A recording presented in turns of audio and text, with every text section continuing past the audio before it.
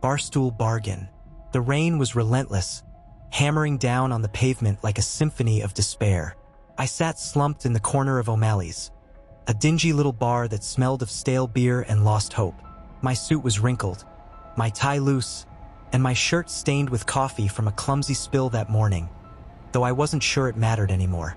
It had been the worst day of my life, the kind that left a permanent scar on your soul. The call had come at 9 a.m., just as I was settling into my desk. I knew it was bad news before I picked up the receiver. The HR manager's voice was too soft, too rehearsed. Budget cuts, they said. Nothing personal, they said. We appreciate your contributions, but no amount of corporate jargon could mask the fact that I was being tossed out like yesterday's garbage. By noon, the contents of my desk were packed into a cardboard box, and I was out on the street, jobless for the first time in 15 years. It was raining then, too, a cruel metaphor, as if the universe had decided to mock me. I thought about calling Rachel, my wife, but decided against it. She'd been distant lately, her patience frayed by my long hours and dwindling paychecks. I didn't have to call her. She called me. I can't do this anymore, Eric, she said, her voice trembling but firm. I knew what was coming. We'd been circling this drain for months. I filed for divorce, she continued. I'll send over the paperwork. I'm sorry, that was it. No tears, no drawn-out explanations. Just a clean, efficient severing of the life we'd built together. I sat in my car for an hour after the call, staring at the steering wheel, feeling the weight of everything crushing me. So here I was, drowning my sorrows in whiskey at O'Malley's, the only place in town where no one cared if you fell apart. The bartender, a grizzled man named Frank, slid me another glass without a word.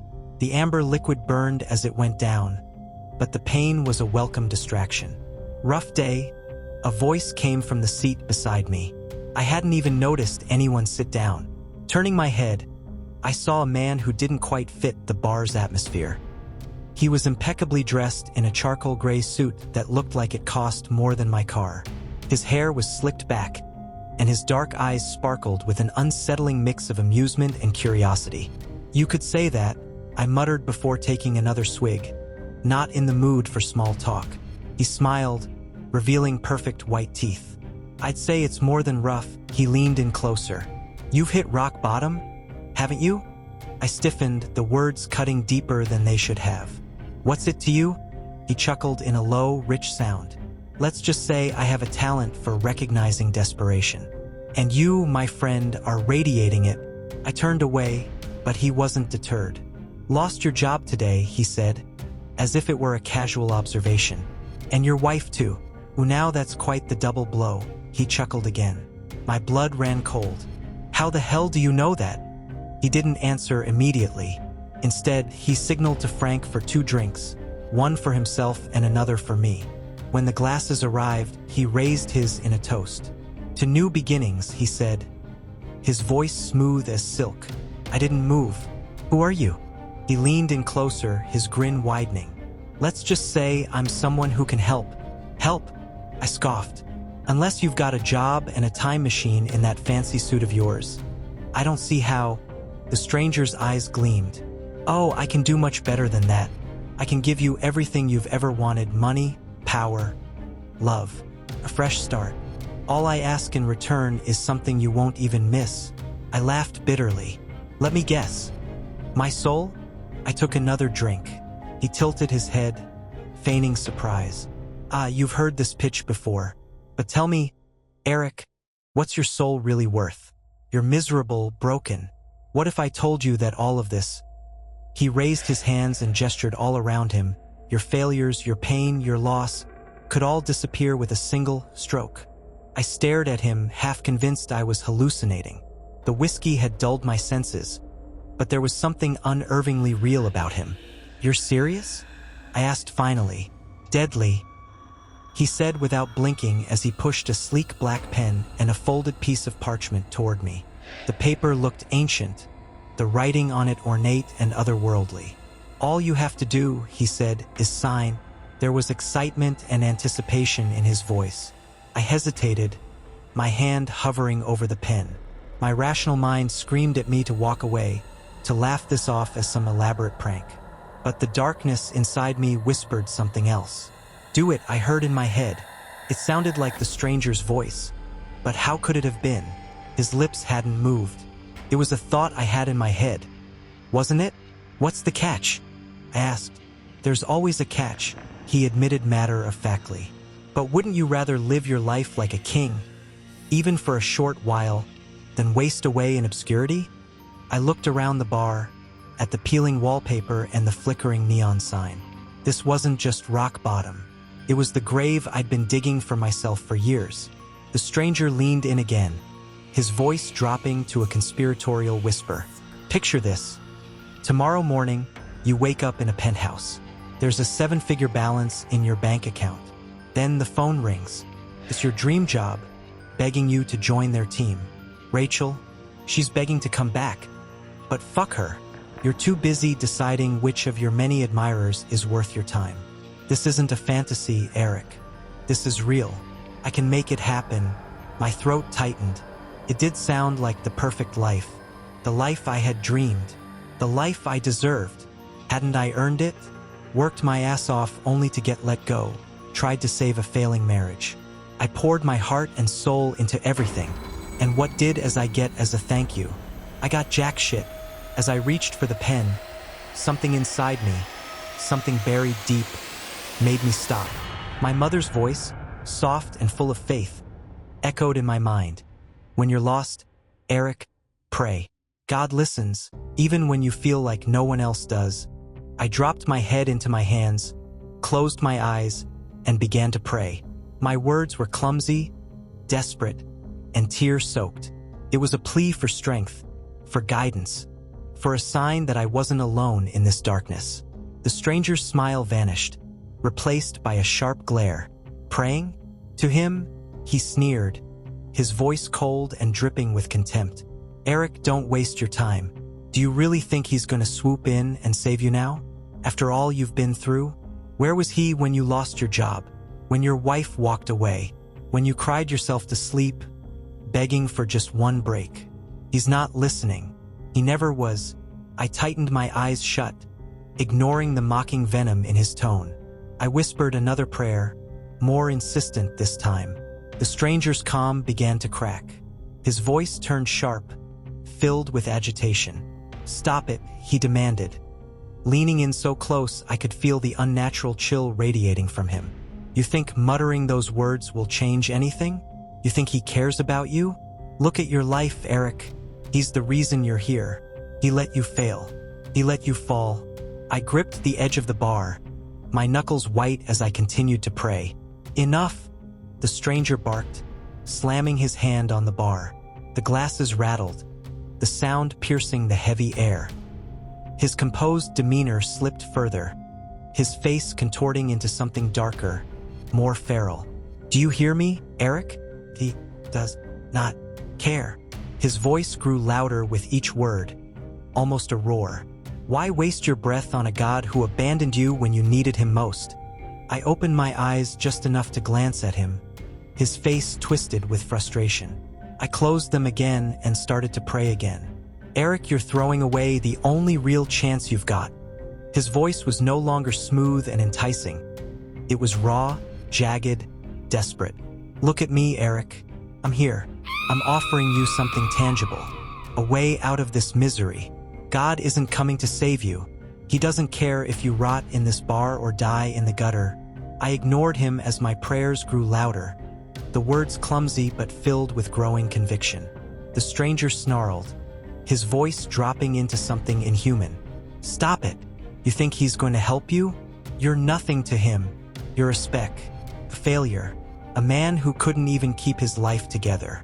And yet here I am, offering you salvation. And you'd rather grovel to a deity who asks for your unwavering faith and devotion but offers nothing in return." I opened my eyes as he stood, towering over me as the stool was thrown to the ground, the shadows around him deepening, his eyes glowing faintly with a sinister light.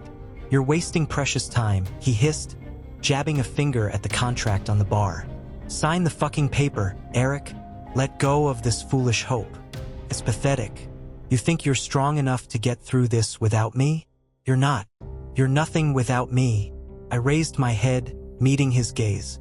There was a calmness in me now, something steady and resolute that hadn't been there before. Then I felt something, felt like a hand. A fatherly hand on my shoulder from somewhere behind me.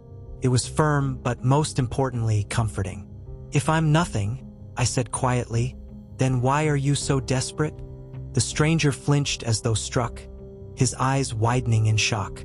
For a moment, the mask he wore slipped completely, revealing something monstrous beneath the surface. His perfectly polished exterior flickered like a bad signal, the illusion cracking and warping. "You don't understand," he hissed, his voice a guttural growl. "You're throwing away everything. He doesn't deserve your prayers. I'm the one who's here. I'm the one offering you a way out." I stood, pushing the pen and parchment back toward him. "No," I said firmly. "You're offering chains." The stranger's composure shattered. He bared his teeth, now sharp and gleaming like blades. The air around him seemed to vibrate with an unnatural energy, the shadows swirling like a living thing. "You'll regret this," he snarled, his voice distorted, almost unrecognizable. "You'll come crawling back to me when you realize he's not coming for you. And when you do, the price will be so much, much worse." I held my ground, meeting his gaze. "I'd rather take my chances with him than spend a second chained to you." His fury exploded, a guttural roar filling the bar as the lights flickered and the shadows closed in. Then, as quickly as it began, the storm of his anger subsided. He straightened his suit, the edges of his form flickering one last time before solidifying. "This isn't over, Eric," he growled, his voice low and venomous. And then, with a sharp snap, he vanished, leaving behind the pen and parchment. The storm outside had stopped. I looked down at the bar, at the empty glass in front of me, and for the first time all day, I felt something stir inside me, hope.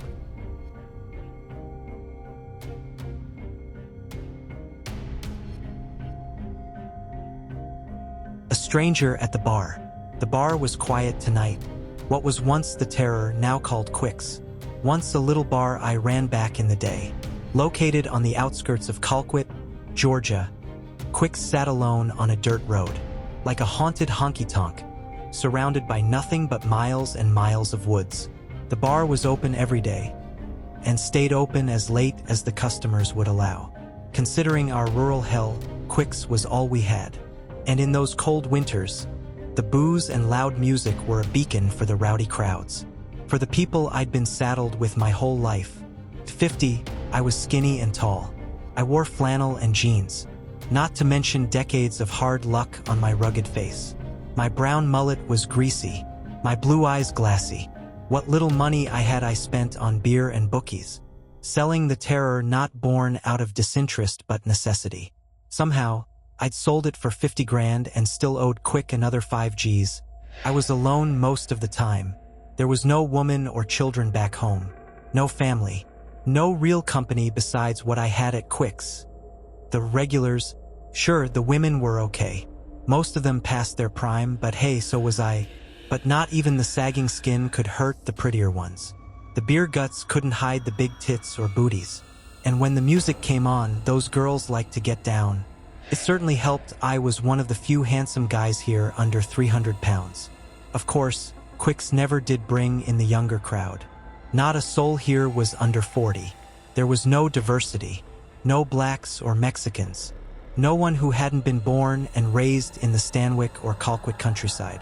Basically Quick's target audience. Quick was a few years older than me. Back when I owned the place, he was my most loyal customer. Not saying much considering he lived right next door in a little farmhouse. With flowing gray hair and a dirty beard, Quick's smooth southern charm could usually pull in the chicks. At least the same ones who came by the bar every night. But besides the flirting and drinking, Quick had a reputation for brawls and bloodshed. And considering he was a local icon, well, let's just say he was never the one getting hauled off to jail. He still got his ass kicked from time to time. Standing at 6 feet 4 inches with decades of farm work under his belt, Quick's chiseled face still got pummeled. He had the war scars and stories to show for it. the bruises and cuts on his arms and chest, a long scar running down his right cheek, even a prosthetic left arm given to him in a terrible tractor accident. I never questioned the guy's toughness, even if I didn't care for his bullshit. Quick, just a used car salesman in disguise when it came to business deals and friendship. Under his watch, the bar had become a redneck commune, a dumping ground for South Georgia's shit. Hell, none of my old friends even stopped by anymore. The customers I actually liked all scared away by Quick's rowdy clientele and even trashier music. Instead of honest people, I was surrounded by horny middle-aged redneck women and Quick's callous crew. His burly bouncers consisting of failed football players and cowboys. No one you could trust, and no one you wanted to be around unless you were a lonely loser like me. But where else could I go? The double-wide was trash and 20 miles away from any town. Here at Quick's, I could at least come to watch the games and lose money on the games. This Friday night was more of the same. It was 10 o'clock, so the party hadn't quite started yet. The small honky-tonk colder than usual. The thin walls no match against the December wind. Being a few days away from Christmas hadn't hurt the turnout. Not like these assholes had any real family or friends to buy presents for, much less visit. Under the bar's dim lights, posters of country music stars broke up Quick's deer head gallery. Cigarette smoke formed a fog over the bar counters and cluttered tables. The bulky TVS my only entertainment besides the cheap beer. At least Quick attempted to capitalize on Christmas. He had a plastic snowman waving by the jukebox, bells and mistletoes draped down the ceiling, the Christmas lights adding brighter color to both the beer signs and dark bar. Even a Santa Claus face had been glued to Quick's cherished bra wall. Jolly Saint Nick now surrounded by both the big and small bras donated from our many classy female barflies. I liked the Yuletide setting. Christmas characters like Santa and the snowman could even cheer me up, but without holiday music, the scene felt hollow, heartless. Quick never liked when I played Christmas music at the Terror, so he damn sure never did when he started running the place. Instead, the jukebox fueled a playlist of nothing but cheesy country songs for dancing or hair metal to rock to. Perfect soundtrack for this shithole. Sitting alone at the bar, I nursed my 7th PBR. Already buzzed but already depressed. On TV, my Florida State Seminoles took it on the chin again. Their basketball squad joining the football team as my latest sportsbook casualties. Happy early Christmas, Walter. Guns N' Roses' Sweet Child O' Mine surrounded me. Disgusted, I took another swig. Might as well run the tab up further, I thought. My eyes drifted through the crowd, to Quick hanging by the lone pool table, around his smokers club.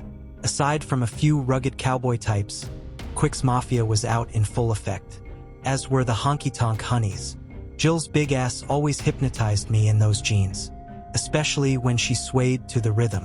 I couldn't turn away, even when her latest Wrangler man flashed me a glare. The bar door then swung open. Startled, I turned to see a young man stumble in. The boy no older than 25. He was tall and lanky, dressed in a hoodie and tight jeans. A black scally cap covered his brown hair. The scruffy beard no chance at hiding that baby face. He was different and stood out for sure. The boy neither muscular nor fat. Not hardened by old age and broken dreams. Not like the rest of us. Like a truck's roof lights ambushing a deer. Everyone turned and watched him. His awkwardness. Some of the womenfolk flashed a flirtatious smile. The young man their first piece of fresh meat in decades. But none of those cowboys and rednecks looked too happy. Their expressions stoic. Their stares unflinching. Quick in particular kept his cold glare locked in on the stranger. Shivering, the boy made his way over to the bar. His hands jammed in his coat pockets. His steps clumsy and gawky. Much like the rest of him. "Sweet child," Axel screamed off the jukebox. "Sweet child of me and e." The kid took the stool right beside me. The two of us exchanged a casual nod. "Hey," I said. "Hey," he replied in a southern accent to match my own. The bartender Laura motioned toward us. "You want anything, sweetie?" Yeah, the boy stammered. "Just a PBR." "Sure thing." Grinning, I held up my half-empty tall boy. "Nice choice." The young man let out an awkward laugh. "Yeah, He shifted in his seat, kept a hand in his hoodie pocket. "What's your name?" I asked. He looked off at a TV, avoiding eye contact. "Alex." With a flirtatious smile, Laura placed the can in front of him. "Well, here you go, Alex." Alex just grabbed the PBR, kept his eyes on the sports highlights. "Thank you." Laura took a few steps back, disappointed by the reaction. On the jukebox, Toby Keith's Should Have Been a Cowboy stated playing. Yet again, I took another swig. Maybe it was the beer buzz, or my own loneliness. Either way, I gravitated to the kid, desperate for a fresh face. "Well, Alex, where you from?" I asked. "You from Stanwick?" Cradling the can, Alex glanced down at the booze. "No, sir." He finally faced me. "I'm from Americus, out near Albany dash." "Oh, I know where that is." I interrupted with excitement. "I used to live up there about 20 years ago." Alex gave me a weak smile. "That's cool." He took a quick sip of the Pabst Blue Ribbon. "Yeah," I rambled on. "Pretty town, but I never seen Jimmy. Struggling in the country cold." Alex slid both his hands in his pockets. "Yeah, he stays over in Plains usually." Annoyed by Toby's chorus, I stole a glance around the bar. All the rednecks were eating this song up. Everyone except Quick. Glowering, he marched up to us. A crew of 4 failed offensive linemen right behind him. "Fuck," I muttered. Quick snapped his fingers at Laura. "Laura, did you card that boy?" Alex turned to see Quick stop right in front of us. Somehow, his goons looked even bigger closer up. Their tobacco-stained smirks more ominous. Out of the corner of my eye, I saw the kid burrow his hands deeper in that hoodie. Not that I could blame him. Uneasy, Laura leaned against the counter. "Well, I thought you did," she struggled to say. In a quick burst of rage, Quick slammed his fake arm on the bar top. The ferocious thud echoed against the wooden walls. "God damn it, Laura. What did I tell you about carding them?" He pointed at Alex. "This son of a bitch don't even look 20. "She's probably flirting with that faggot," said Teddy, Quick's biggest and meanest buddy. I stayed quiet, but rather than watch Quick's histrionics, I kept my eyes on Alex. This whole time he kept his cool, but I saw sweat building up beneath the cap. Saw a simmering fire overtake those eyes. "I'm sorry," Laura said to Quick. "Goddamn bitch," Quick yelled. Dismissive, he knocked a glass off the counter, the drink exploding at Laura's feet. "Next time, do your job." Behind him, the bouncers all chuckled. A team of bullies, one captained by Quick himself. Fighting back tears, Laura began to clean the mess, her movements pathetic and weak. I looked at my PBR in disgust. "Yeah, you gotta do better, Laura," Teddy quipped. "I don't pay you to flirt with these little shits." Quick berated her. Alex then rose up. He stood inches away from Quick. Quick's towering height unable to make them truly eye to eye. "I'm 22, asshole," Alex said, his voice quivering but not backing down. Tense silence dominated the bar. Everyone was quiet.